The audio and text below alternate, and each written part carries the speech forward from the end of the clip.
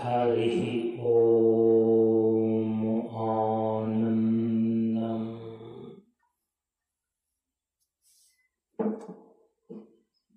प्रशांति जीवन दर्शनम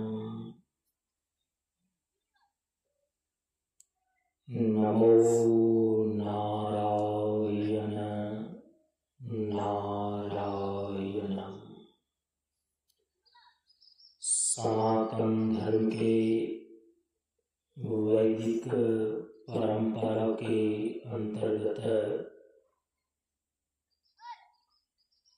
गुरु और शिष्य के बीच एवं वक्ता और श्रोता के बीच ज्ञान का आदान प्रदान होने के लिए प्रयुक्त वैदिक मंत्र का पहले उच्चारण कर लें।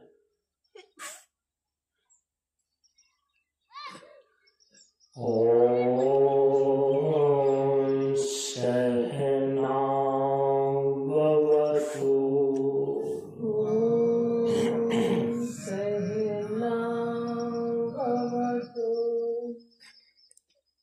सहनौ भुनक्तु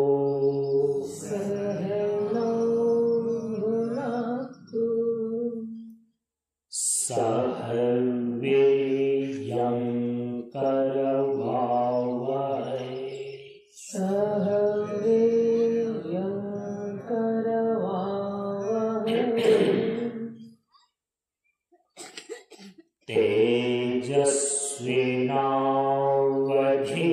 तेजस्विनावधीतमस्तु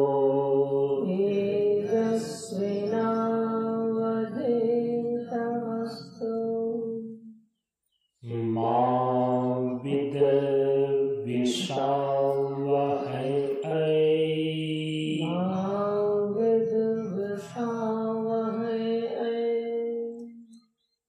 ओम शांति शांति शांति।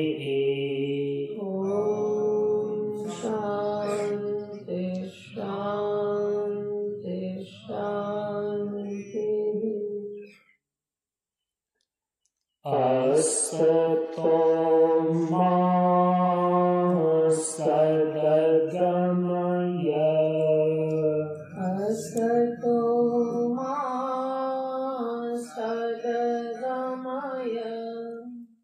तमसो मा ज्योतिर्गमय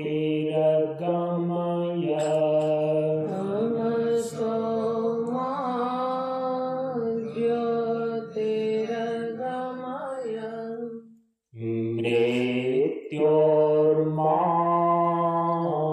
अमृतमगमय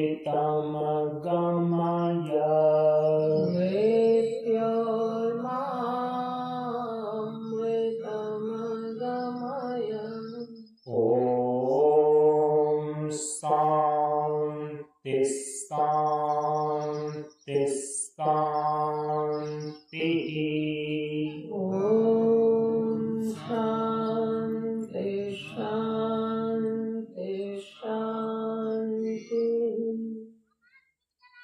सभी लोग थोड़ी देर के लिए मौन एवं शांत रहें।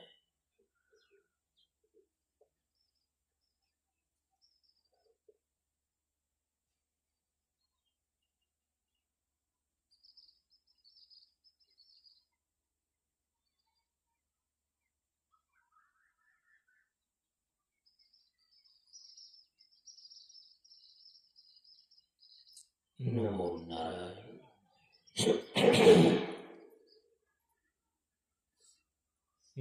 ब्रह्माण्ड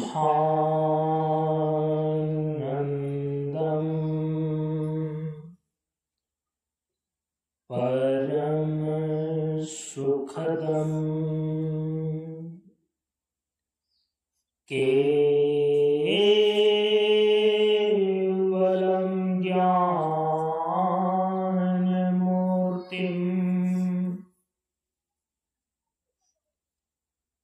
द्वन्द्वातीतं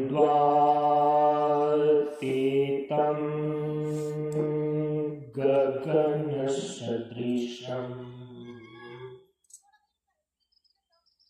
तत्त्वमस्यादिलक्ष्यम्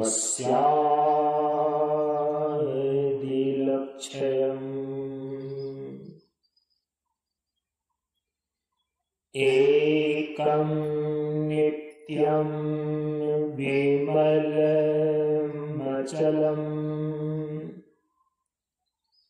सर्वधी साक्षीभूतम्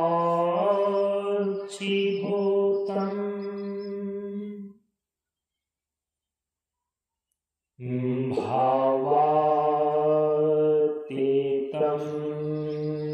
त्रिगुणरहितम् सद्गुरुं तं नमामि। सद्गुरुं तं नमामि।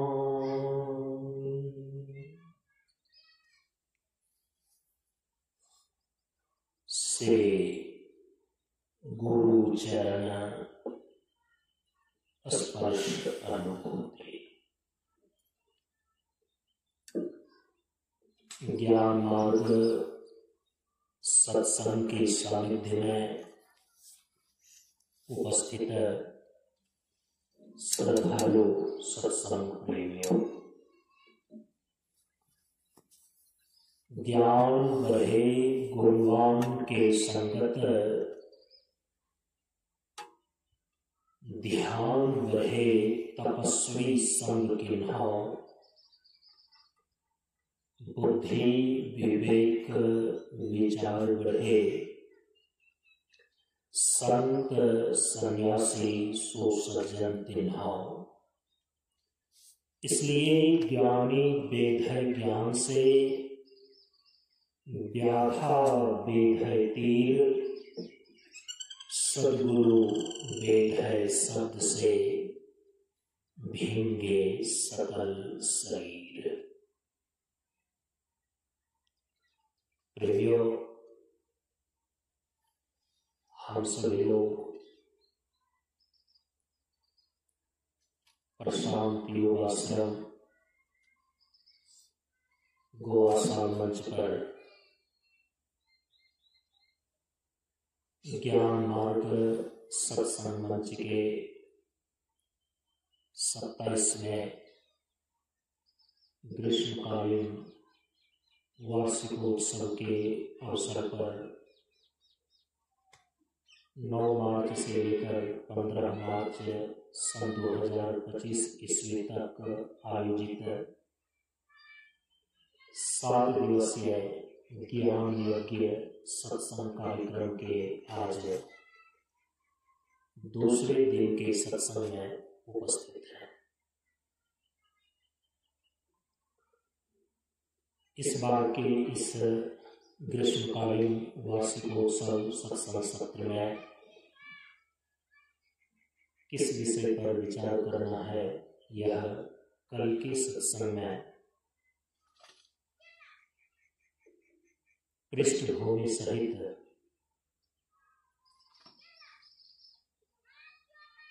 विषय वस्तु को ख्यापित कर दिया गया है। इस बार के इस ग्रीष्मकालीन वार्षिकोत्सव सत्संग सत्र में हम सभी लोग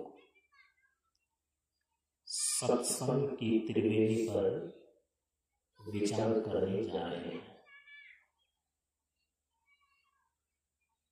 चूंकि यह सन 2025 ईस्वी, जैसा कि कल आपने श्रवण किया, एक महान अवसर लेकर के उपस्थित हुआ, जिस महान अवसर को हम सभी लोग प्रयागराज में आयोजित महाकुंभ के नाम से जानते हैं।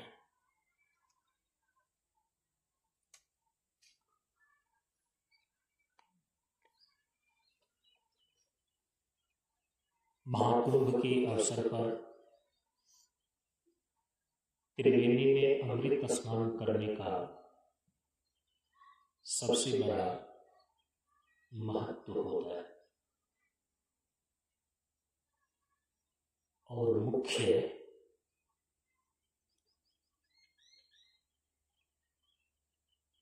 चीज महाकुंभ का अमृत स्नान ही है।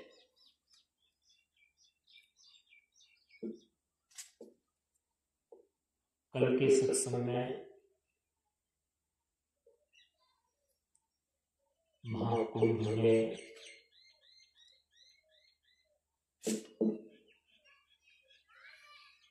त्रिवेणी में अमृत स्नान के महत्व को प्रतिपादित किया गया। त्रिवेणी का जो स्वरूप है, जब तीन चीजें आकर के मिलती हैं तब उसको बोलते हैं त्रिवेणी। त्रि माने तीन, वेणी माने धारा। तीन धारा आकर जहां पर मिलती है उसको बोलते हैं त्रिवेणी। इसीलिए भौगोलिक धरातल पर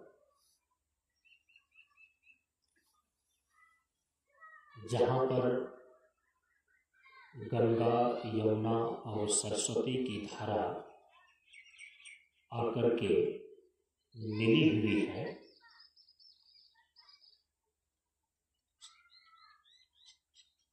तो उस जगह को तीर्थराज प्रयाग की त्रिवेणी बोलते हैं।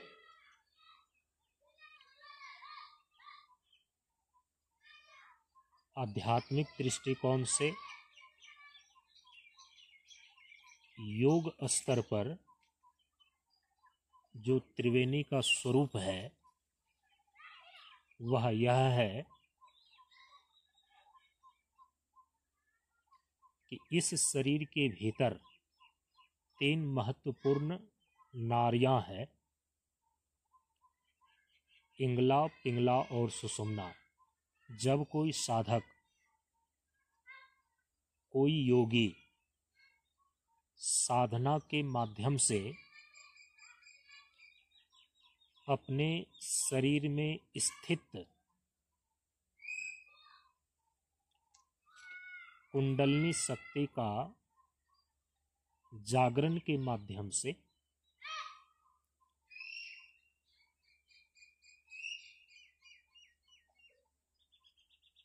उनके अंदर मूलाधार चक्र से बाएं तरफ से आई हुई इंगला नाड़ी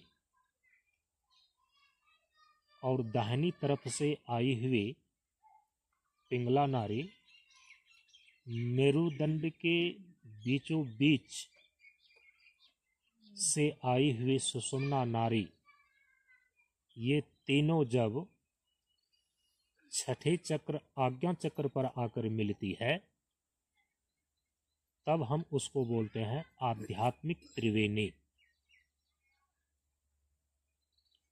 यौगिक त्रिवेणी।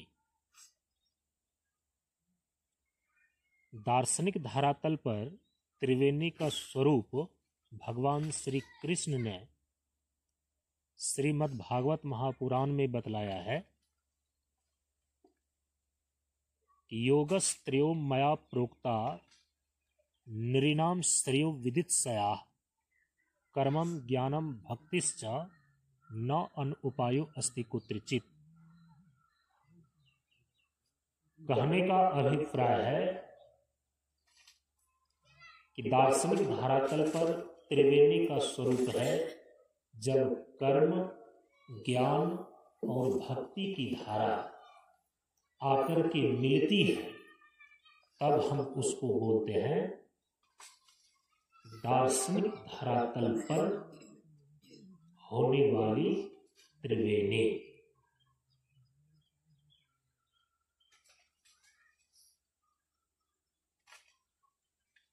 इन सारे त्रिवेणियों में स्नान करने के लिए साधक को जिस त्रिवेणी की आवश्यकता पड़ती है हम उसको बोलते हैं साधना की त्रिवेणी। पिछली जगह हम साधना की त्रिवेणी पर विचार करके आए। व्यवहारिक धरातल पर त्रिवेणी का स्वरूप है यज्ञ, दानम, तपस्चैव पावनानि मनीषिणाम। भगवान श्री कृष्ण ने अर्जुन को श्रीमद् भगवद गीता के 18वें अध्याय में व्यवहारिक त्रिवेणी का स्वरूप बतलाया कि जब किसी व्यक्ति के जीवन व्यवहार में 3 चीजें समायोजित हो जाती है, यज्ञ, दान और तप, इन तीनों के समायोजित स्वरूप को व्यवहारिक त्रिवेणी बोलते हैं। तो साधना की त्रिवेणी,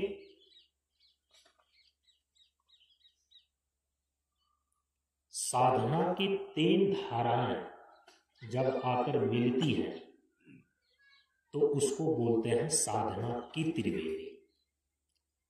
साधना की वे कौन कौन सी 3 धाराएं हैं? साधना की पहली धारा है तत्व साधना। साधना की दूसरी धारा है योग साधना और साधना की तीसरी धारा है वेदांत साधना।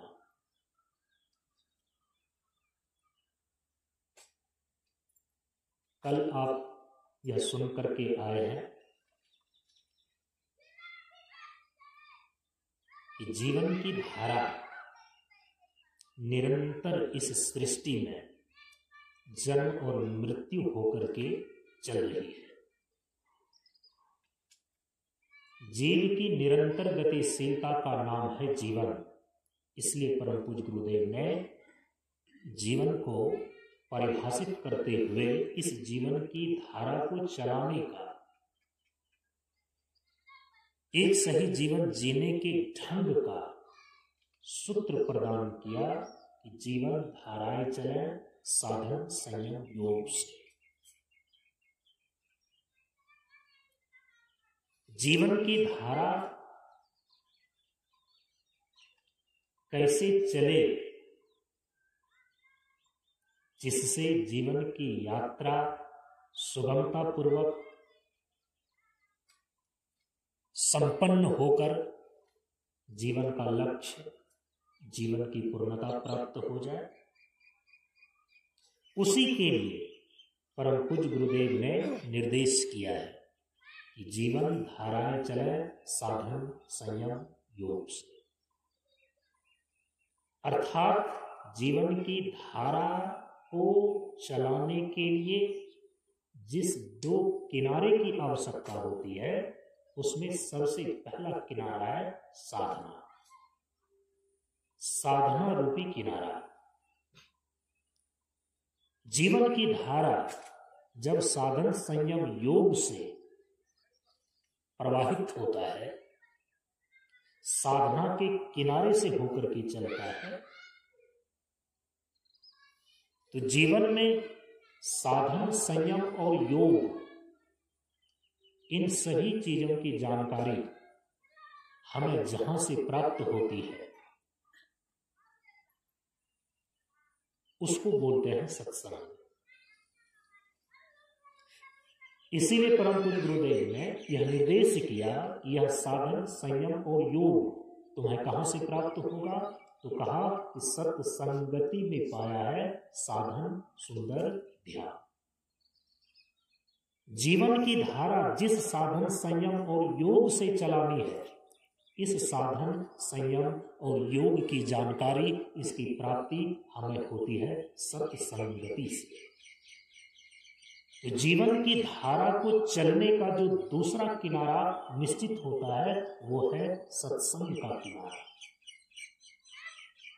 जैसे नदी की धारा दो किनारे के बीच होकर अपने गंतव्य समुद्र तक पहुंच जाती है, वैसे ही जब कोई व्यक्ति, कोई साधक अपने जीवन की धारा को साधना और सत्संग, इस दो किनारा के बीच होकर चलाता है, एक दिन उसके जीवन की यात्रा चाहे कितनी ही मंथर गति से क्यों न हो, अपने गंतव्य जीवन की पूर्णता तक अवश्य पहुंच जाता है। जीवन की धारा को चलाने के लिए जिस दो किनारा की आवश्यकता है वो है साधना और सत्संग। साधना की त्रिवेणी पर हम पिछली जगह विचार करके आए हैं, अर्थात जीवन की धारा को चलाने के लिए जो प्रथम किनारा साधना है, तो साधना की त्रिवेणी, इस पर विचार हम पिछली जगह करके आए। वहां जो विचार किया गया उसको थोड़ा सा ध्यान में ले लीजिए कि साधना की त्रिवेणी, जैसा कि अभी थोड़ी देर पहले आपको बताया गया कि साधना की जब तीन धाराएं आकर के मिलती हैं तब हम उसको बोलते हैं साधना की त्रिवेणी। और साधना की वे तीन धाराएं हैं तत्व साधना, योग साधना और वेदांत साधना। साधना के बहिरंग पक्ष को लेकर के उसके तीन चरण हो जाते हैं, शरीर शुद्धि, विचार शुद्धि और भाव शुद्धि। इसी को बोलते हैं तीनों शरीर से स्वस्थ होना। स्थूल शरीर को रोग रहित करना, रोग रहित रखना, ये शरीर शुद्धि है। सूक्ष्म शरीर दिमाग को भोग रहित कर लेना, भोग रहित रखना, इसी को विचार शुद्धि बोलते हैं। और कारण शरीर को शोक रहित रखना, शोक रहित कर लेना, इसी को भाव शुद्धि बोलते हैं। ये तीनों प्रकार की शुद्धियां साधना की जिस प्रक्रिया से साधक प्राप्त करता है उसी को बोलते हैं तत्व साधना। और इसके संदर्भ में परम पूज्य गुरुदेव ने अपने उपदेश में निर्देश किया कि पंच तत्वों का समुचित प्रयोग और सभी इंद्रियों का संतुलित उपभोग स्वास्थ्य और शांति प्रदान करता है। इस उपदेश के द्वारा परम पूज्य गुरुदेव ने तत्व साधना का निर्देश किया है। साधना की जो दूसरी धारा है वो है योग साधना। साधना का अंतरंग पक्ष, साधना का केंद्रीय पक्ष को लेकर भी तीन चरण बन जाते हैं, शरीर शून्यता, विचार शून्यता और भाव शून्यता। यहां शून्यता का अर्थ है निरोध। शरीर शून्यता का अर्थ है कि शरीर की सीमा से परे चले जाना, देहातीत हो जाना। विचार शून्यता का अर्थ है विचार से परे हो जाना, विचार की सीमा से पार कर जाना, अर्थात निर्विचार हो जाना। और भाव शून्यता का अर्थ है भावातीत हो जाना। देहगत चेष्टा का निरोध देह शून्यता है। सूक्ष्म शरीर विचार प्रधान है, विचार का निरोध विचार शून्यता है।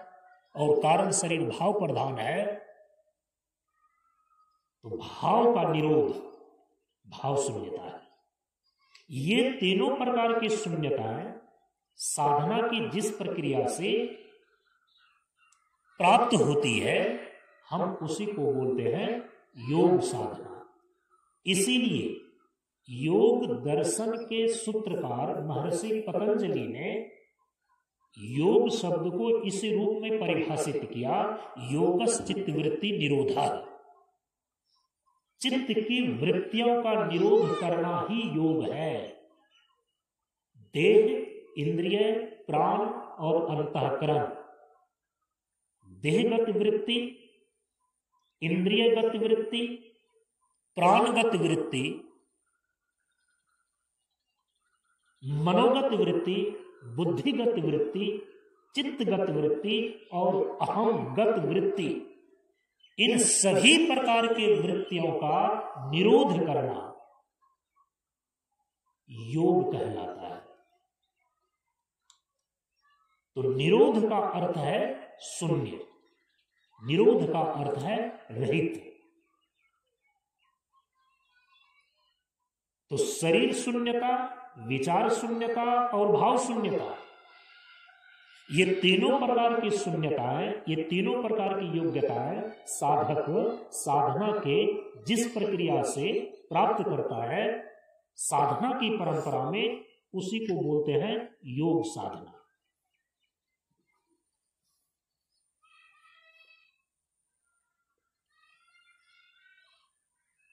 साधना की जो तीसरी धारा है वेदांत साधना। वेदांत साधना को ही योग साधना को परम पूज्य गुरुदेव ने तत्गुण वंदना के अंदर निर्देशित किया कि जीवन धाराएं चले साधन संयम योग से। इस रूप में साधना की जो तीसरी धारा है वेदांत साधना, तो वेदांत साधना को ही अभेद साधना भी बोलते हैं, अद्वैत साधना भी बोलते हैं। साधना का जो परिणाम है, साधना का जो लक्ष्य है, वो है साध्य की सिद्धि। जीवन का जो साध्य है, जीवन का जो लक्ष्य है, वो है परम पुरुषार्थ मोक्ष को प्राप्त करना। हर प्रकार की साधना, हर प्रकार की उपासना इसलिए की जाती है कि हम अपने जीवन में जीवन के साध्य, जीवन के लक्ष्य अर्थात जीवन का जो परम पुरुषार्थ मोक्ष है, इसको सिद्ध कर लें। तो साधना का परिणाम साध्य की सिद्धि है, अर्थात मोक्ष की प्राप्ति है। तो मोक्ष को प्राप्त करने का जो साधनभूत ब्रह्म और आत्मा का अप्रोक्ष ज्ञान है, आत्यांतिक मुक्ति का हेतुभूत साक्षात साधन ब्रह्म और आत्मा का अप्रोक्ष ज्ञान है। और यह परमात्म विज्ञान, ब्रह्म और आत्मा का अप्रोक्ष ज्ञान, जिस प्रक्रिया के द्वारा कोई जिज्ञासु, कोई मुमुक्षु प्राप्त करता है, साधना की परंपरा में हम उसी को वेदांत साधना बोलते हैं। और इस वेदांत साधना को परम पूज्य गुरुदेव ने तत्गुण वंदना के अंदर निर्देशित किया कि त्याग विवेक अभेद रहे जब आपन जीवन साधन किया। वेदांत साधना को ही अभेद साधना अथवा अद्वैत साधना बोला जाता है। और इसी अभेद साधना के विषय में यहां पर निर्देश किया जा रहा है कि त्याग विवेक अभेद रहे जब आपन जीवन साधन किया। तो साधना की त्रिवेणी के स्वरूप को लेकर विस्तार से हम सभी लोगों ने पिछली जगह सत्संग में विचार करके आए हैं, उसका सारांश आप सभी लोगों के ध्यान में दिया।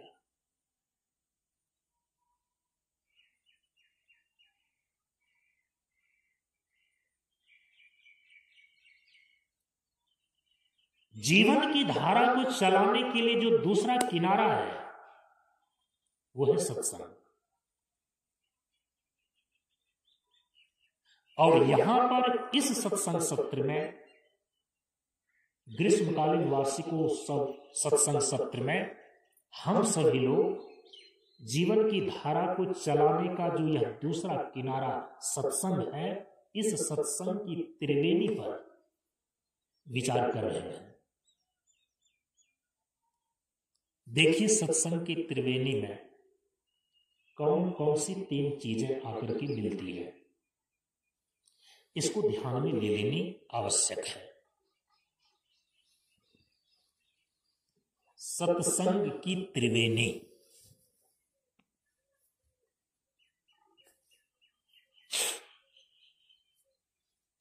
सत्संग की त्रिवेणी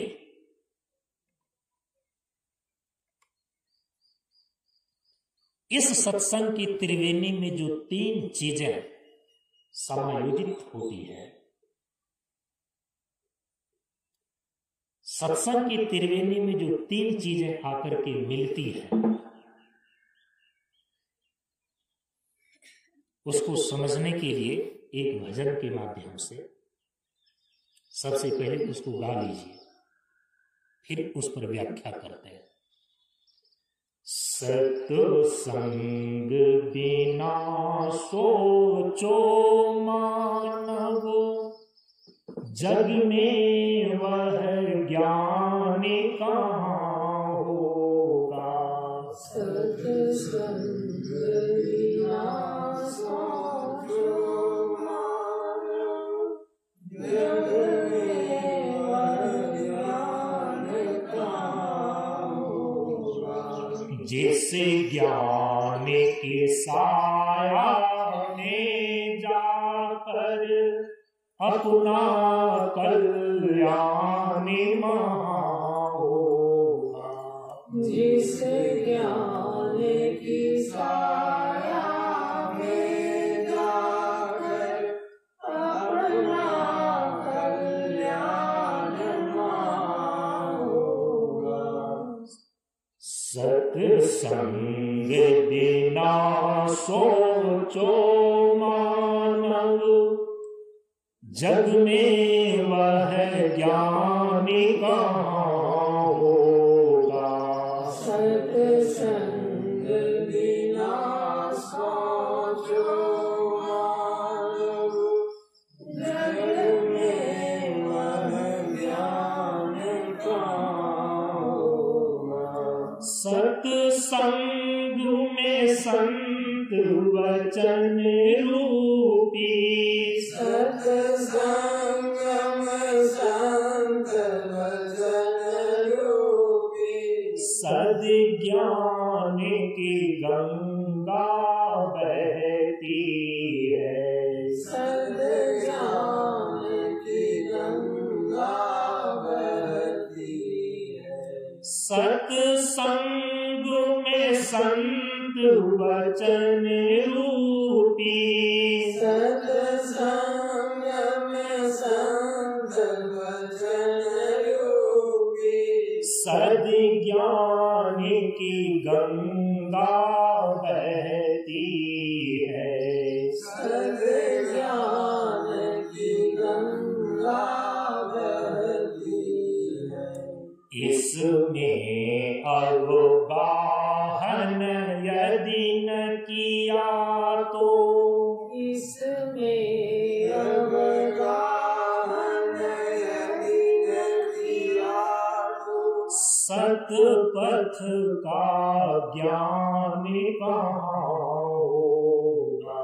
सतपथ का ज्ञान कहाँ होगा। सत्संग बिना सोचो मानव, सत्संग बिना सोचो मानव, जग में वह ज्ञान कहाँ होगा। जग में वह ज्ञान कहाँ होगा। मुक्ति का मार्ग भक्ति है, मुक्ति का मार्ग भक्ति है। जो युक्ति बिना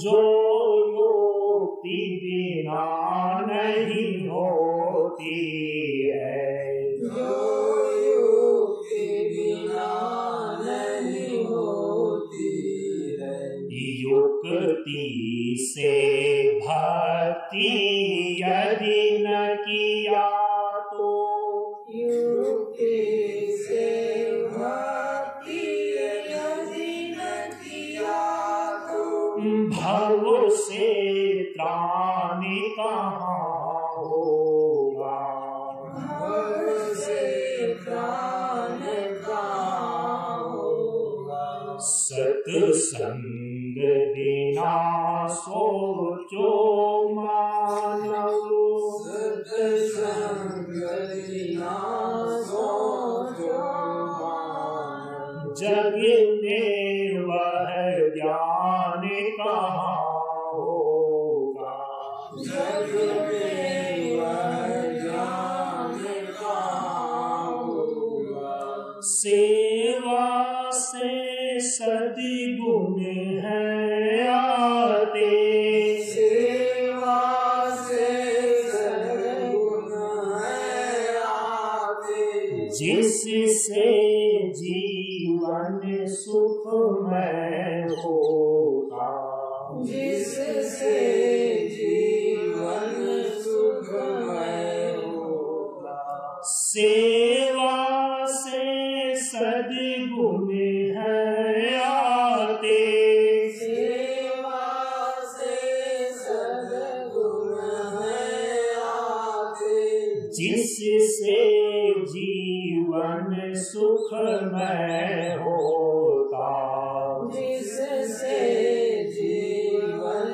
सुखमय होता, जिसमें सेवा भाव नहीं तो, जिसमें सेवा भाव नहीं तो, सुख शांति चैन कहाँ होगा, सुख शांति चैन कहाँ होगा, सत्संग बिना सोचो मानव, सत्संग बिना सोचो मानव, जग में वह ज्ञान कहाँ होगा, जग में वह ज्ञान कहाँ होगा, जिस ज्ञान की साया में जाकर, जिस ज्ञान की साया में जाकर, अपना कल्याण वहाँ होगा, अपना कल्याण वहाँ होगा, अपना कल्याण वहाँ होगा, अपना कल्याण वहाँ होगा।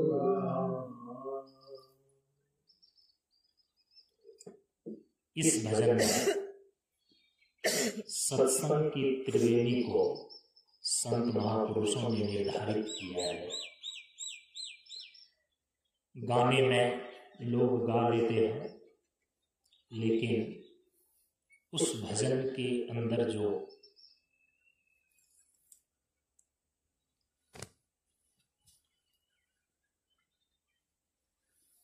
मर्म और रहस्य तत्वबोध छिपा हुआ होता है, उसको बहुत कम लोग जान पाते हैं, समझ पाते हैं।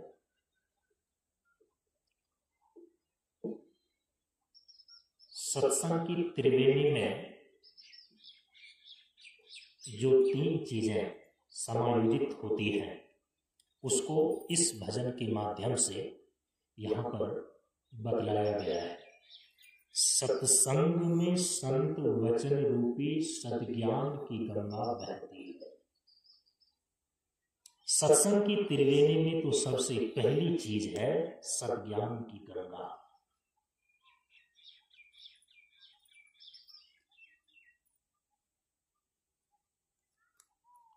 इसके बाद आपने भजन में गाया, मुक्ति का मार्ग भक्ति है, जो युक्ति बिना नहीं होती है।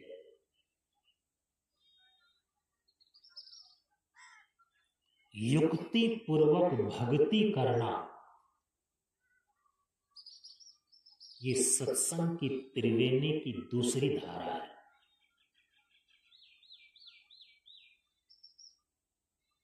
युक्ति से भक्ति यदि न किया तो भव से त्राण कहां होगा।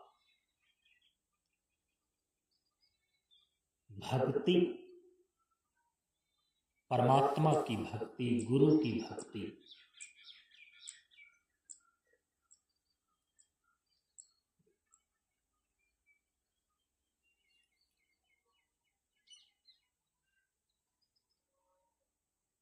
कभी कभी समय पर राष्ट्र भक्ति की भी धारा चलती है,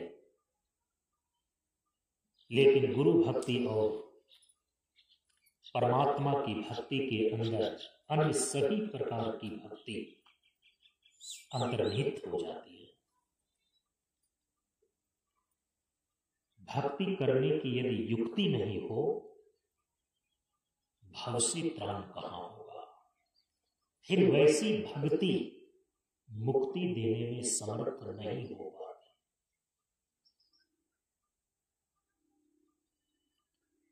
सत्संग की त्रिवेणी की जो तीसरी चीज है,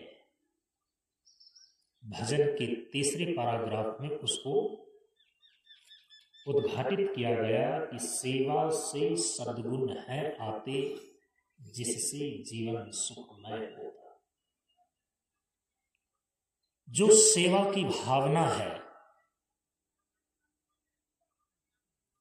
स्वधर्मानुष्ठान है, सत्कर्म है, सत्संग की त्रिवेणी की ये तीसरी धारा है।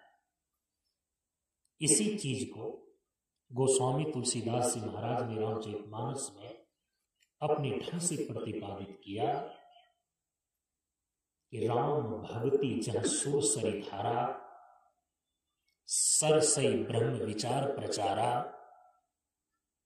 विधि निषेधमय कलिमल हरणे, करम कथा रवि नंदनी बरणे। दार्शनिक धरातल पर सत्संग की त्रिवेणी का यही स्वरूप है, जहां कर्म, ज्ञान और भक्ति ये तीनों आकर के मिलती है, हम उसको बोलते हैं सत्संग की त्रिवेणी। इसीलिए सत्संग कोई मामूली चीज नहीं है। सत्संग की जो इतनी महिमा हमारे शास्त्रों में गाई गई है,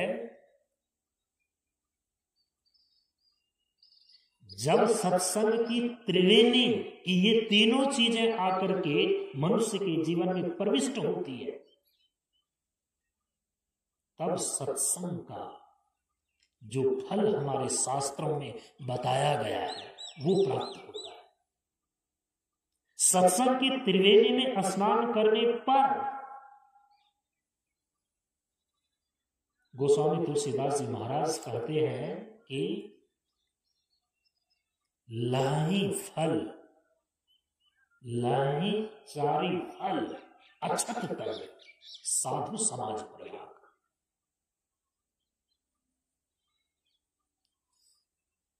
सुनी समझही जन मुदित मना, मगजही अति अनुराग, लही चारी फल अछत तनु साधु समाज प्रयाग। तीर्थराज प्रयाग में जो त्रिवेणी है,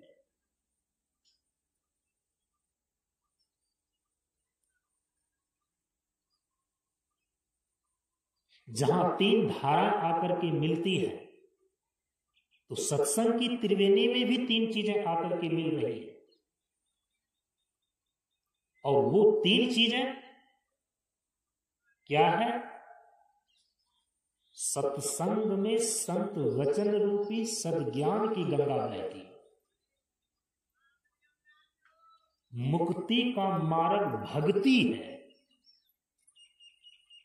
सेवा से सद्गुण है आते। ये 3 चीजें गोस्वामी जी कह रहे हैं कि राम भक्ति जह सुरसरी धारा, परमात्मा की भक्ति ही गंगा जी की धारा है।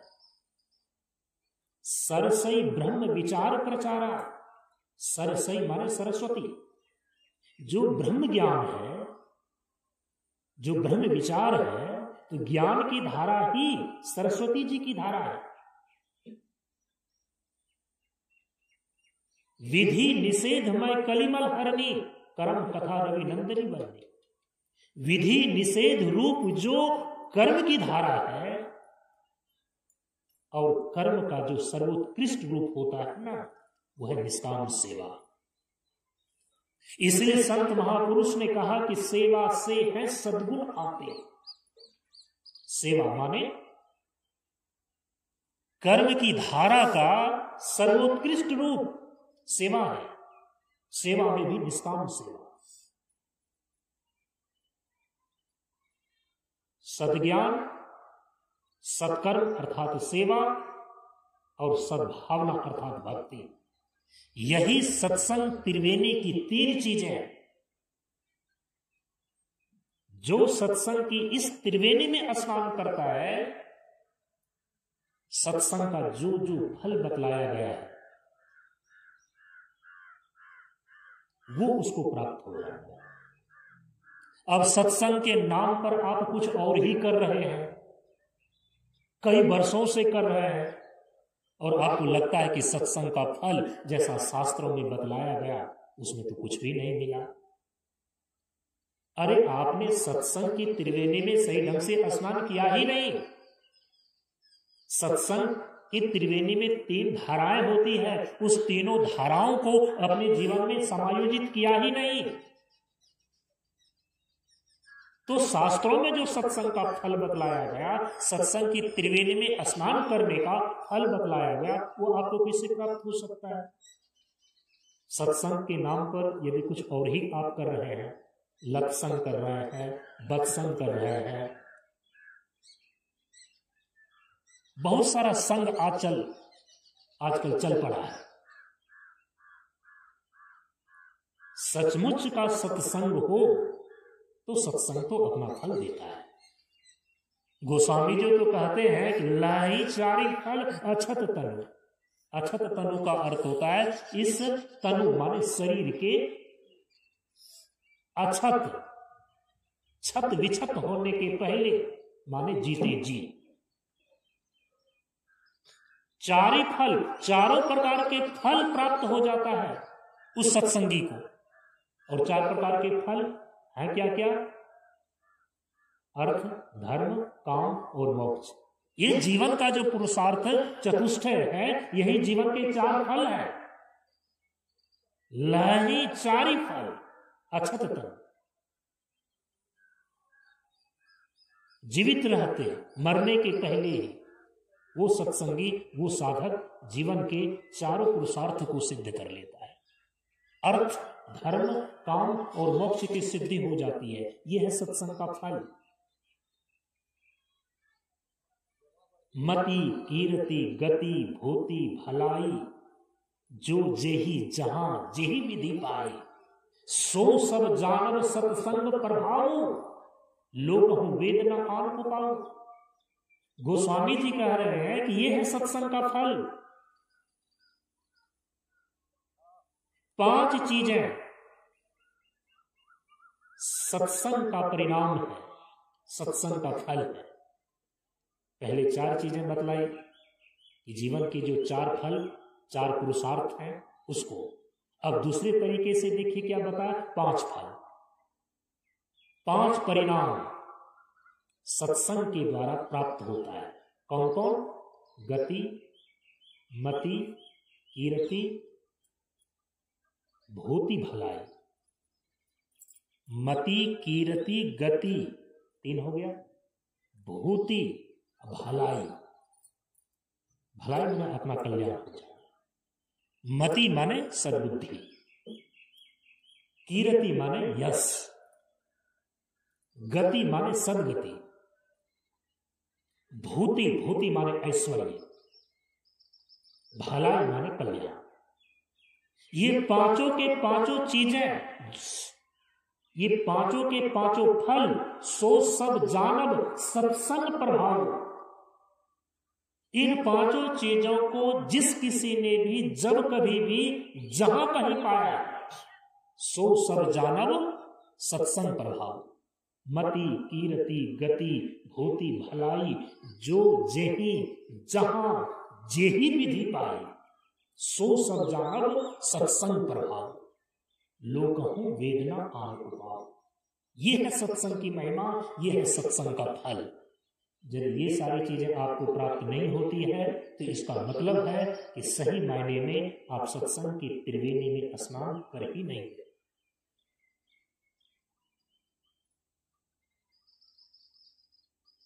सत्संग का फल बतलाया कि सत सुधरहि सत्संगति पाई। अब सोचिए, सठ का मतलब होता है गया गुजरा, जिसकी बुद्धि सठिया गई, जो कुछ समझने के लिए तैयार नहीं है। लेकिन ऐसी सठियाई हुई बुद्धि जिसकी दुर्मति हो चुकी है, कहा कि ये भी सुधर जाता है, ये भी सही रास्ते पर आने लगता है। कैसे? सत्संगति पाई। जिसको सत्संगति प्राप्त होती है, हाँ यह अलग बात है कि जो सत्संग है ना, सतुग्नि व्यक्तियों का संग है,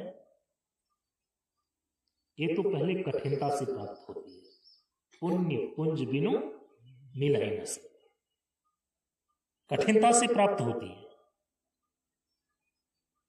लेकिन सत्संग का उल्टा जो कुसंग है, लतसंग बतसंग इत्यादि है, इसके लिए कोई प्रयास नहीं करना पड़ता, ये अपने आप ही आ जाता है, अपने आप हो जाता है। परम पूज्य गुरुदेव ने कहा कि जैसे कपड़ा को गंदा करना नहीं पड़ता, कपड़ा गंदा अपने आप होता है। साफ करना पड़ता है। सुसंग सत्संग ये करना पड़ता है व्यक्ति को प्रयास पूर्वक, लेकिन कुसंग तो अपने आप हो जाता है, लतसंग और बतसंग तो अपने आप हो जाता है। कपड़ा को गंदा करने के लिए कोई मेहनत नहीं करनी पड़ती, लेकिन कपड़ा को साफ करने के लिए सर्फ चाहिए, सोडा चाहिए, और फिर मेहनत भी चाहिए। सत्संग करने के लिए आपको सावधानी चाहिए, श्रद्धा चाहिए। कुसंग में जाने के लिए थोड़ी सी असावधानी हुई, चले गए कुसंग में। थोड़ा सा प्रमाद हुआ, इतने दिनों से यदि आपने मेहनत करके कपड़ा को साफ किया है, थोड़ी सी असावधानी हो जाए, थोड़ा सा प्रमाद हो जाए, उसको गंदा होती देर नहीं लगेगी। और याद रखना, ये डर, ये भय इस सत्संग के प्रभाव में यदि थोड़ा सा सुधार हुआ है, सच सुधरे, ये बिगाड़ हो सकता है। इसलिए आपको इस चीज का भय तब तक बना रहेगा जब तक आप अपने सत्य स्वरूप में पूर्ण रूप में आप प्रतिष्ठित नहीं हो जाते। हाँ, आप साधक और नकल करने के लिए चले हैं सिद्ध का, तो पतन होकर के रहेगा। इसलिए डिंग हाँकना बंद कीजिए, पैतरा मारना भी बंद कीजिए। और हमने आज 35 साल से हम कर रहे हैं ये सत्संग। 25 साल से तो मंच स्तरीय सत्संग का कार्यक्रम दे रहे हैं, और मैं इन 25 सालों का अनुभव बता रहा हूं। डिंग मारने वाले, पैतरा मारने वाले अपना पतन कर लेते हैं, कितने लोगों को मैंने देखा है। इसीलिए आपको तब तक भय है जब तक आप अपने सत्य स्वरूप में पूर्ण रूप में प्रतिष्ठित नहीं हो जाते। इसीलिए सिद्ध होने का डिंग पैतरा मत मारिए, साधक होने के औकात में रहिए, और हमेशा आपको सावधान रहना है यदि सत्संग रूपी साबुन से अपने आप को हमने इतने वर्षों से धोया है तो कोई दाग न लगने का है। क्षण भर का कुसंग व्यक्ति के वर्षों वर्षों का किए गए सत्संग के प्रभाव पर पानी फेरने के लिए काफी है। परम पूज्य गुरुदेव ने उदाहरण दिया कि जैसे कि कोई व्यक्ति दिन भर की मेहनत से गाय को भैंस को खिला पिला करके 1 ड्राम दूध इकट्ठा करे, दिन भर का मेहनत है उसमें, गाय को चढ़ाया खिलाया पिलाया तब कहीं दूध इकट्ठा हुआ, दिन भर लगा समय। और उस इकट्ठे किए गए दूध में उस दूध को खराब करने के लिए यदि किसी को खटाई डालनी हो तो कितना समय लगेगा? घंटा भी लगेगा क्या? मिनट भी लगेगा क्या? सेकंडों में हो जाएगा। दिन भर जिस दूध को इकट्ठा करने में समय लगा उस दूध को खराब करने में, खटाई डालने में सेकंड का समय लगता है।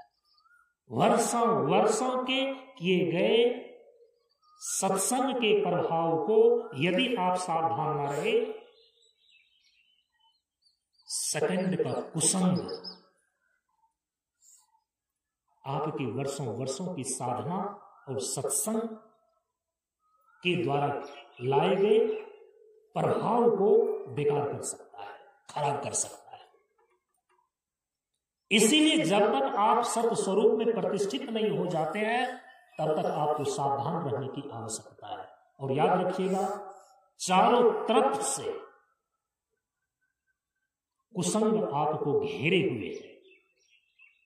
सत्संग की बागडोर थोड़ी सी भी ढीली होगी, थोड़ा सा आप चुके, कुसंग आपको खींच लेगा। इसीलिए जब गोपीचंद साधु बनने के लिए मां से भिक्षा मांगने गया, क्योंकि उनके गुरु गोरखनाथ ने कहा कि पहले मां से भिक्षा ले आओ तब तुम्हें हम साधु बनाएंगे। तो गोपीचंद जाता है अपनी मां बैना देवी के पास और कहा कि मां मुझे भिक्षा दो। उसकी मां भिक्षा के रूप में 3 चावल देती है। गोपीचंद को आश्चर्य होता है कि इतना बड़ा राजमहल। गोपीचंद कौन है? राजा भर्तहरि का आपने नाम सुना है ना? राजा भर्तहरि का भांजा था गोपीचंद। ये भी राजकुमार है, गोपीचंद भी राजकुमार। लेकिन गुरु के सत्संग के प्रभाव से जब इनके अंदर विवेक जगा, प्रवृत्ति से निवृत्ति मार्ग के लिए साधु बनना उन्होंने निश्चय किया, तो उनके गुरु गोरखनाथ ने कहा कि साधु बनने के लिए पहले अपनी मां से भिक्षा लेकर के आओ। तो भिक्षा के लिए जब जाता है तो उसकी मां बैना देवी भिक्षा में 3 चावल देती है। गोपीचंद को आश्चर्य होता है, ये 3 चावल ही भिक्षा में, जबकि इतना बड़ा राजमहल। उसकी मां समझाती है कि बेटा, इस 3 चावल के भिक्षे के द्वारा, 3 चावल जो भिक्षा में दिया गया है, इसके साथ साथ 3 संदेश है, 3 शिक्षा है। ये भिक्षा में तो बहुत कुछ दिया जा सकता है, लेकिन भिक्षा में जो मैं ये 3 चावल तुमको दे रही हूं, इस 3 चावल का मतलब है 3 शिक्षा। 3 शिक्षा क्या है?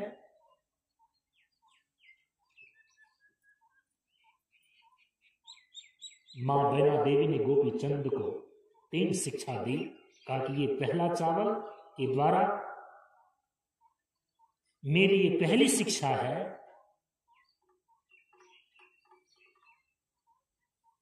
कि बेटा, साधु बनने के लिए जा रहे हो,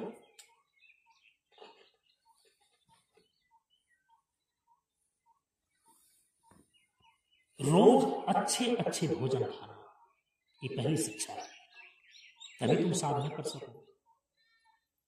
गोपीचंद को इस पर ऐतराज हुआ कि मां, मैं साधु बनने के लिए चल रहा हूं, मैं साधु बनने जा रहा हूं, और तुम मुझे पहले शिक्षा दे रही हो कि अच्छे अच्छे भोजन खाना।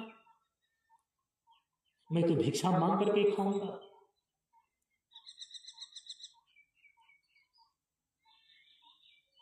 कभी कुछ मिलेगा, कभी कुछ मिलेगा, कभी घृत धना, कभी मुट्ठी भर चना, कभी वो भी माना, तो मैं अच्छे अच्छे भोजन कैसे खा सकता। मां बैना देवी ने बेटा गोपीचंद से कही कि बेटा, तुम नहीं समझा क्या स्वादिष्ट भोजन, अच्छे अच्छे भोजन, स्वादिष्ट भोजन 56 प्रकार के भोग खाकर के ही प्राप्त होता है।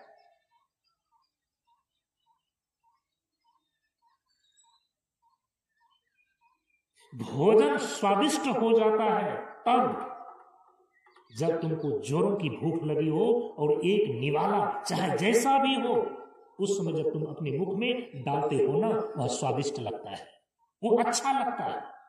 अच्छे भोजन का मतलब है स्वादिष्ट भोजन, और स्वादिष्ट भोजन का मतलब है जब खूब भूख लगे तब तुम खाना। ये मेरी पहली शिक्षा है। दूसरा चावल दे करके मां बैना देवी अपने बेटा गोपीचंद को दूसरी शिक्षा देती है, बेटा, रात में हमेशा कोमल बिछावन पर सोना। अब यहां बेटा गोपीचंद फिर दूसरी बार ऐतराज करता है, मां, पगतल धरती भूतलवास, नंगे पांव पैदल चलना और जमीन पर लेटना, यही तो साधु का नियम होता है। और हम ये कोमल गद्दे, ये कोमल बिछावन कहां से ला पाएंगे? कोमल बिछावन पर सोना ये कैसे संभव हो सकता है? मां बैना देवी ने कहा कि बेटा, तुम नहीं समझा क्या? तुम समझते हो कि फोम के गद्दे पर मुलायम बिछावन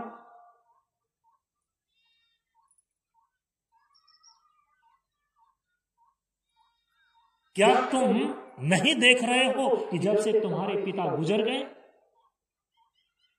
इस राजमहल में सोने के लिए इतने कोमल बिछावन है, उस कोमल बिछावन पर रहते हुए भी मुझे कभी गहरी नींद आई, मैं सो सकी?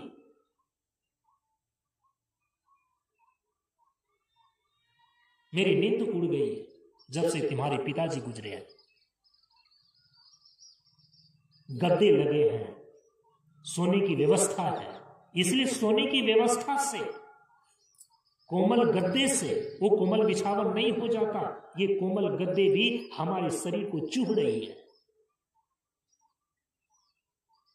लेकिन एक व्यक्ति को गहरी नींद आती है कब? जब खूब नींद लगे, जब वो सो जाए। तुम देख रहे हो कि मैं बिछावन पर रात भर करवट बदलते बदलते मेरी रातें गुजर जाती है, नींद नहीं आती है। इसीलिए जब तुम्हें खूब नींद लगे, यदि तुम सोने के लिए जाओ, तो चाहे वो कंकर हो, चाहे वो पत्थर हो, उनके देह को मुलायम मालूम करती है। और यदि मन में किसी प्रकार का चुभन हो, मन में किसी प्रकार की पीड़ा हो, मन में किसी प्रकार का शोक हो, मन में किसी प्रकार की चिंता और बेचैनी हो, वो फोम के गद्दे पर, कोमल बिछावन पर सोते हुए भी वो कांटे जैसे चुभता है। इसीलिए ये दूसरी शिक्षा ये है कि जब तुम्हें खूब नींद आए तभी तुम सोना। ऐसे यों ही बिछावन पर परे परे नींद आए या ना आए लेटे रहना, ऐसा कभी मत करना। जब खूब नींद आए तब तुम सोना। तुम देखोगे कि जहां तुम सोओगे, चाहे वह कंकर हो, चाहे पत्थर हो, चाहे वह खाली जमीन हो, मुलायम वही मुलायम बिछावन तुम्हें अनुभव में आएगा। वो कंकर पत्थर तुम्हें नहीं दिखाई देगा। जिनको गहरी नींद आती है ना, वो जहां भी सो जाता है उसके लिए वही मुलायम लगने लगता है। जब खूब नींद आए तब सोना। और अंतिम में जो तीसरी शिक्षा है, ये तीसरा चावल जो मैं दे रही हूं, इसके साथ तीसरी शिक्षा है कि बेटा, जिस प्रकार से तुम राजमहल में सुरक्षित था, इस किले से कभी बाहर मत होना। गोपी चंद ने कहा कि मां, ये तुम क्या कह रहे हो? भिक्षा देकर के मुझे विदा कर रही हो कि अंतिम में मुझे तुम बांध रही हो? जिस प्रकार से इस राजमहल के किले में तुम सुरक्षित था, इस किले से कभी बाहर ना होना। यदि मैं इस किले से बाहर नहीं होऊंगा तो मैं साधु कैसे बनूंगा? मैं तो इस किले के अंदर राजकुमार बन करके रह जाऊंगा। मां, ऐसा मत करो। भिक्षा का ये जो तीसरा चावल है, तुम कह रही हो कि हमेशा तुम किले के अंदर रहना, ये तो मेरे से नहीं हो सकेगा। मां बैना देवी ने कहा कि बेटा, तुम नहीं समझ पाया। किले के अंदर रहने का मतलब क्या है कि ये ईंट पत्थर से जो बनी हुई किले हैं, ये सुरक्षित जगह है। क्या किले के भीतर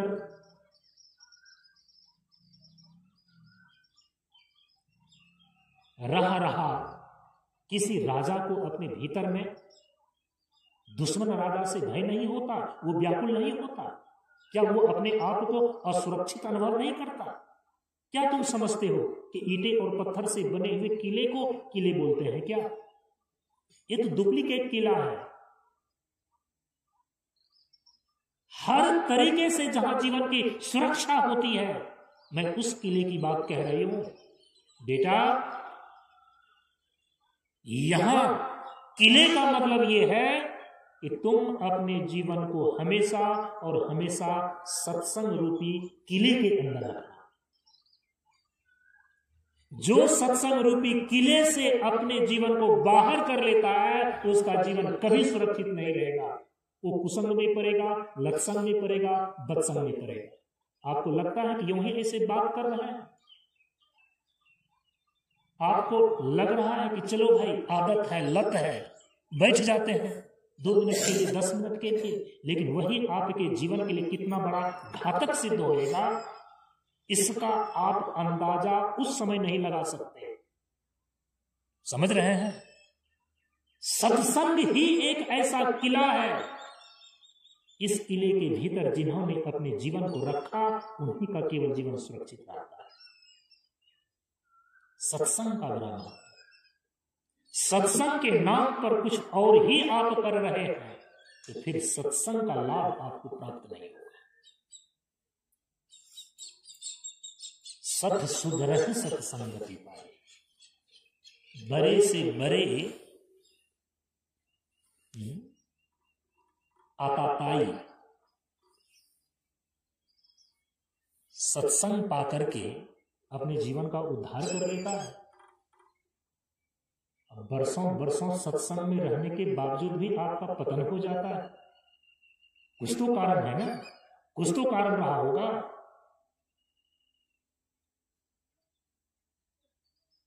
कई बार ऐसा लगता है कि विद्यार्थी पढ़ने का ढोंग करता है। लगता है कि रात दिन विद्यार्थी पढ़ रहा है, छात्र पढ़ रहा है, और कितना तुम पढ़ रहे हो वो तो परीक्षा का रिजल्ट ही बतलाएगा तुम क्या पढ़ रहे हो। उधर से मां आ रही है, धड़ाक कोई नकलची विद्यार्थी रहता है, ढोंग करने वाला, दिखाने के लिए किताब सामने लेकर के बैठ जाओ पढ़ने के लिए, अब पढ़ने में मन भीतर से लग नहीं रहा है। पिताजी आ रहे हैं उधर से काम करके, खेत से, दुकान से, और इतना वो लड़का चतुर है, अब दिखाने के लिए केवल उसको पढ़ने के लिए बैठे हैं। मां बाप को भी तसल्ली केवल होती है कि मेरा बेटा पढ़ रहा है, लेकिन भीतर से वो तो घात लगाए बैठा है।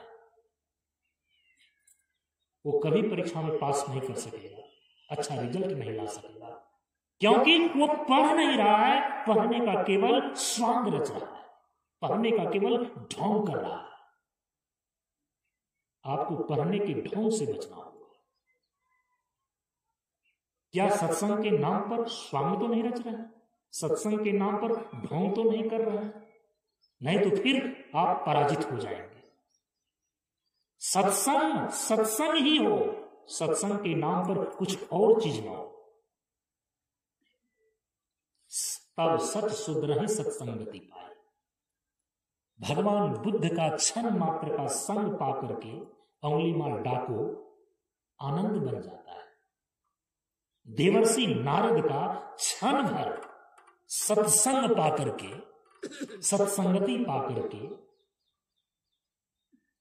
रत्नाकर डाको वाल्मीकि बन जाता है।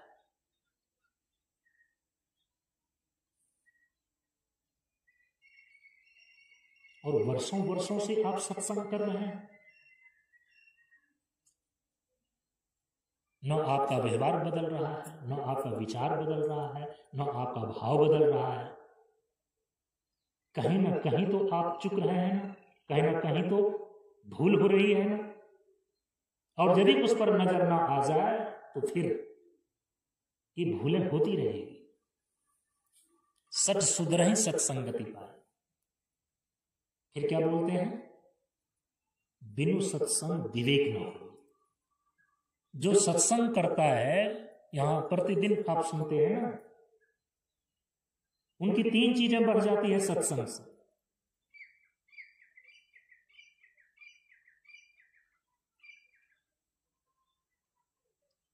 बुद्धि, विवेक और विचार। सुनने में एक जैसा लगता है। बुद्धि आपके अंतःकरण का वह हिस्सा है जिसमें विचार उत्पन्न होता है, और वही विचार करने का तरीका ऐसा हो जो कि सत्य और असत्य दोनों को पृथक करके समझने की क्षमता ले आए, तब हम उसको विवेक बोलते हैं। बुद्धि के अंदर विचार का सामर्थ्य है, और विचार के द्वारा ही हम सत्य असत्य का निर्णय करते हैं, धर्म अधर्म के स्वरूप को समझते हैं। यह जो दोनों को पृथक करके अच्छे और बुरे को समझने का प्रकाश है, हम उसी को विवेक बोलते हैं। ज्ञान बढ़े गुणवान के संगत, ध्यान बढ़े तपस्वी संग के नौ, बुद्धि विवेक विचार बढ़े संत सन्यासी सुसज्जन के।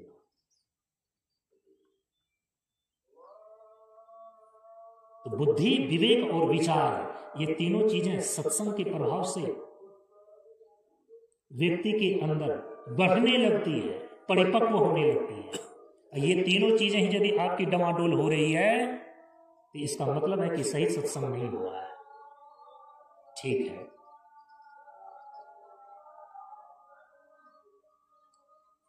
सत्संगति से सुधार हुआ, सत्संगति से बुद्धि विवेक और विचार आया, तो इसका परिणाम क्या होगा? देखिए, सत्संग का अब अंतिम फल बताया जा रहा है। गोस्वामी तुलसीदास जी महाराज कह रहे हैं कि सत्संगति संस्कृति कर अंता। ये सत्संग का अंतिम फल है। जो सत्य का संग कर लेता है, जो सत्य है उस सत्य का जो संग कर लेता है, उसका परिणाम क्या है? कहा कि सत्संगति संस्कृति कर अंता। संस्कृति का मतलब होता है कि ये जन्म और मृत्यु का जो चक्र चल रहा है ना, यही अंत हो जाता है। जन्म मृत्यु से परे आप चले जाते हैं, जन्म मृत्यु का बंधन से आप छूट जाते हैं। इसी को बोला जाता है मोक्ष। ये जो सत्संग के इतने फल बताए गए हैं, ये फल आपको तभी प्राप्त होता है जब आप सत्संग की त्रिवेणी में कायदे से स्नान करते हैं। तो सत्संग की त्रिवेणी में 3 चीजें आती हैं।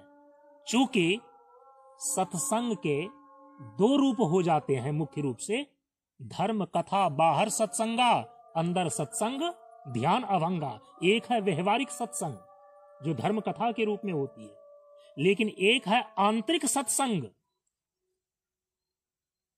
जो परमार्थ सत्य है, उस परमार्थ सत्य का अपने भीतर अनुभव और अनुभूति करना अखंड ध्यान के माध्यम से, यह कहलाता है आंतरिक सत्संग। धर्म कथा बाहर सत्संगा, धर्म कथा इत्यादि का श्रवण करना यह बाहरी सत्संग कहलाता है। चूंकि सत्संग का अर्थ ही होता है सत्य जोर संग बराबर सत्संग, तो सत्य का संग करना। तो सत्य दो रूप में है, एक है व्यवहारिक सत्य और दूसरा है परमार्थ सत्य। व्यवहारिक सत्य का संग करने का अर्थ है, व्यवहारिक सत्य का मतलब होता है व्यवहार में सात्विकता को धारण करना। सादर सेवत समन कलेसा, व्यवहारिक सत्य को धारण करना, व्यवहार में सात्विकता को धारण करना, सात्विक विषयों का सेवन करना, यह व्यवहारिक सत्य है। परमार्थ सत्य माने जो अंतिम सत्य, जो परम सत्य है। तो अंतिम सत्य परम सत्य के रूप में ब्रह्म और आत्मा की प्रतिष्ठा है।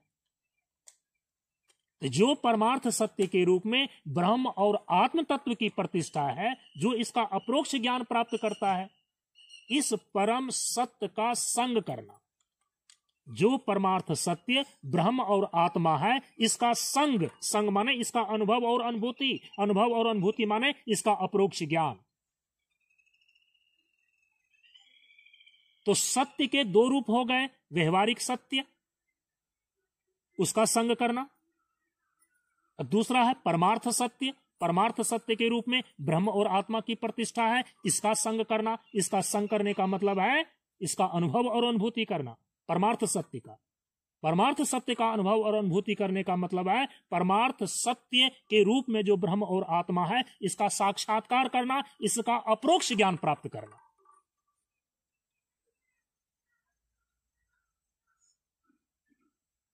इसीलिए सत्संग की त्रिवेणी के भी दो रूप हो जाएंगे। एक व्यवहारिक धरातल पर सत्संग की त्रिवेणी बनेगी और दूसरा दार्शनिक धरातल पर सत्संग की त्रिवेणी बनेगी। व्यवहारिक धरातल पर सत्संग की त्रिवेणी में तीन चीजें समायोजित होती हैं। पहली चीज जो है हम उसको बोलते हैं सेवा। जो दूसरी चीज है हम उसको बोलते हैं संयम, और जो तीसरी चीज है हम उसको बोलते हैं स्वाध्याय। व्यवहारिक धरातल पर सत्संग की त्रिवेणी में ये तीन चीजें आती है, सेवा, संयम और स्वाध्याय। और इसके संदर्भ में परम पूज्य गुरुदेव ने अपने उपदेश में निर्देश किया है। सेवा को लेकर के कहा कि तन सेवा साधन, जन सेवा सिद्धि। व्यवहारिक धरातल पर सत्संग की त्रिवेणी की जो दूसरी चीज है संयम, और इसके विषय में हमेशा आप श्रवण करते रहते हैं। परम पूज्य गुरुदेव ने 5वें खंड के उपदेश में सबसे पहले बिंदु पर निर्देश किया कि संयम और नियम अध्यात्म के दो विशिष्ट अंग हैं, अनुशासन और शिष्टाचार एकाग्रता के। संयम हो तो आप अध्यात्म जगत में प्रवेश कर सकते हैं। आपके अंदर सेवा की भावना हो, आपके अंदर सत्कर्म का जो सर्वोत्कृष्ट रूप है वो सेवा है, सेवा की भावना हो तो धीरे धीरे आपके अंदर संयम की क्षमता भी आने लगती है। इसलिए तो भगवान श्री कृष्ण ने कहा कि संयते इंद्रिय तत्परः, संयत इंद्रिय पूर्वक ही सेवा करो तो तुम्हारा काम बनेगा आगे का। आगे का काम क्या बनेगा? सत्संग की त्रिवेणी का व्यवहारिक धरातल पर जो तीसरी चीज है वो है स्वाध्याय। उस स्वाध्याय में आपको प्रवेश होगा। और परम पूज्य गुरुदेव उपदेश में स्वाध्याय को लेकर के निर्देश कर रहे हैं कि स्वाध्याय साधना है और चरित्र सिद्धि। चूंकि सत्संग के दो रूप हो जाते हैं, सत्य के दो स्वरूप हो जाते हैं, व्यवहारिक और पारमार्थिक, तो इसीलिए इसके आधार पर सत्संग की त्रिवेणी के भी दो स्वरूप हो जाते हैं। व्यवहारिक धरातल पर जो सत्संग की त्रिवेणी है उसमें तीन चीजें समायोजित होती है। पहला है सेवा, दूसरा है संयम और तीसरा है स्वाध्याय। लेकिन दार्शनिक धरातल पर जो सत्संग की त्रिवेणी में तीन चीजें समायोजित होती हैं वो है कर्मम ज्ञानम भक्तिश्च। जो भगवान श्री कृष्ण ने श्रीमद् भागवत गीता में, श्रीमद् भागवत महापुराण में उद्धव जी के प्रति उपदेश करते हुए कहा है, योगस्त्रियो मया प्रोक्ता निर्नाम श्रेयो विदित्सया कर्मम ज्ञानम भक्तिश्च न अन उपायो अस्ति कुत्रचित। अर्थात कर्मम ज्ञानम भक्तिश्च, सत्संग की त्रिवेणी की ये तीन धाराएं, सत्संग की त्रिवेणी की ये तीन चीजें गोस्वामी तुलसीदास जी महाराज अपने तरीके से राम भक्ति जहां सुरसरी धारा, सरसई ब्रह्म विचार प्रचारा, विधि निषेधमय कलिमल हरनी, कर्म कथा रविनंदनी बरनी, अपने तरीके से प्रतिपादित कर रहे हैं। भगवान श्री कृष्ण कह रहे हैं कर्मम ज्ञानम भक्तिश्च। परम पूज्य गुरुदेव ने कहा कि जीवन रूपी त्रिभुज की यही तीन भुजा है, कर्म ज्ञान और भक्ति। ये तीनों चीजें जिसके अंदर समायोजित हो जाती है, समझो कि वो सत्संग की त्रिवेणी में स्नान कर रहा है। इसीलिए भजन में कहा कि सत्संग में संत वचन रूपी सद्ज्ञान की गंगा बहती है। पहली चीज हो गई ज्ञान। मुक्ति का मार्ग भक्ति है, तो दूसरी चीज हो गई भक्ति। और जो तीसरी चीज है ना, यहां पर बताया जा रहा है कि कर्म, और कर्म में, कर्म तो कई प्रकार के होते हैं, लेकिन उस कर्म में कर्म का जो स्वरूप है वो है सत्कर्म। और उस सत्कर्म का भी जो परिनिष्ठित रूप है दार्शनिक धरातल पर, सत्संग की त्रिवेणी के अंदर कर्मम ज्ञानम भक्तिश्च, ये जो तीन चीजें भगवान श्री कृष्ण ने बतलाया है, इन तीन चीजों को पहले कहा कि योगस्त्रियो, कहा कि योग के ये तीन महामार्ग हैं, तो इसलिए योग शब्द को इस तीनों के पीछे लगा लेना चाहिए। कर्म के पीछे योग को लगाइए तो बनेगा कर्म योग, भक्ति के पीछे योग को लगाइए तो शब्द बनेगा भक्ति योग, और ज्ञान के पीछे योग शब्द को लगाइए तो शब्द बनेगा ज्ञान योग। तो दार्शनिक धरातल पर साधना की त्रिवेणी में ये तीन चीजें आकर के समायोजित होती है, कर्म योग, भक्ति योग और ज्ञान योग। कर्म योग के संबंध में, कर्म योग को लेकर के परम पूज्य गुरुदेव ने जो अपने उपदेश में निर्देश किया है, कुछ बिंदुओं को अपने ध्यान में ले लीजिए। भक्ति योग को लेकर परम पूज्य गुरुदेव ने अपने उपदेश में जो कुछ निर्देश किए हैं उस बिंदुओं को भी ध्यान में ले लीजिए। और ज्ञान योग को लेकर परम पूज्य गुरुदेव ने जो अपने उपदेश में निर्देश किए हैं उन बिंदुओं को भी ध्यान में ले लीजिए। इसकी पूरी व्याख्या ही हम जितने दिन सत्संग, इन 7 दिनों में 5 दिन का अवशेष बच रहा है, विस्तार से इसी की चर्चा होगी।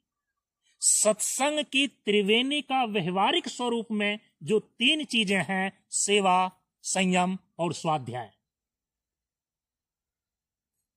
सत्संग के दार्शनिक स्वरूप में जो सत्संग की त्रिवेणी में तीन चीजें हैं, कर्म योग, भक्ति योग और ज्ञान योग, इसी पर हम सभी लोग विस्तार से चर्चा करेंगे इस बार के सत्संग सत्र में। तो यहां पर सत्संग की त्रिवेणी का जो दार्शनिक स्वरूप में तीन चीजें आकर के समायोजित होती हैं, कर्मयोग, भक्ति योग और ज्ञान योग। तो कर्मयोग के संबंध में परम पूज्य गुरुदेव निर्देश करते हैं, सबसे पहला बिंदु कि प्रत्यंगों से काम ले धीरे धीरे होकर। दूसरा बिंदु निर्देशित करते हैं कि शुभ कार्य में शीघ्रता आवश्यक है और दुष्कार्य में दीर्घता आवश्यक है। तीसरा बिंदु कर्मयोग के भीतर परम पूज्य गुरुदेव निर्देशित करते हैं कि फर्ज समझकर कार्य करना आवश्यक है।